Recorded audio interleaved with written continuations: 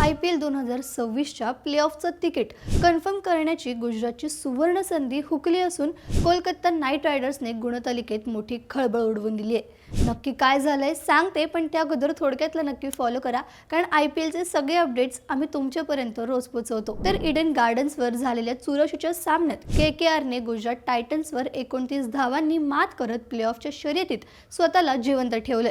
Fin ॲलनने अवघ्या 35 चेंडूत 93 धावांची स्फोटक खेळी केली, तर सूर्यवंशीने नाबाद 82 धावा कुटल्या, ज्यामुळे KKRने 247 धावांचा डोंगर उभा केला होता।